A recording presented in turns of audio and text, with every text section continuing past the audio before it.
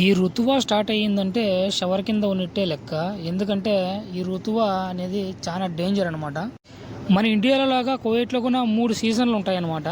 మన ఇండియాలో అయితే కనుక ఎండాకాలం, వానాకాలం అండ్ శీతాకాలం ఉంటాయి కదా. సేమ్ ఇలాగే కువైట్లో కూడా 3 కాలాలు ఉంటాయి. అవి ఏంటంటే తెలిసిన ఎండాకాలం, శీతాకాలం, పోయే కాలం. ఎండాకాలం, శీతాకాలం వచ్చి 11 నెలలు ఉంటే గనక, ఈ ఒక్క నెల మాత్రం ఇది పోయేకాలం అనేది ఉంటుంది. ఒక్కసారి వచ్చిపోమో మెరుపుతీగ అన్నట్టు వచ్చిపోతుంటుందనమాట. ఇది వచ్చినప్పుడు చాలా డేంజరు. ముసలోళ్ళు అయితే గనక తట్టుకోలేరు.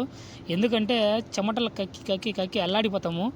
నిజంగానే ఈ బయట పని చేసుకునే వాళ్ళైతే ఈ ఋతువాలో డ్యూటీలు చేయడం అనేది చాలా కష్టము. నిజం చెప్తాను, నాకైతే కనుక చుక్కలైతే చుక్కలు కనబడుతున్నాయి. ఈ స్టార్టింగే ఈ లెవెల్లో ఉందంటే ఇంకా ఎండ అయ్యేసరికి చాలా అంటే చాలా డేంజర్లోకి వెళ్ళిపోతుంది అనమాట. బయట ఒక్క క్షణం ఉండాలంటేనే భయంగానే ఉంటుంది కువైట్లో. ఉంటానండి, బాయ్. సబ్స్క్రైబ్ చేసుకోండి.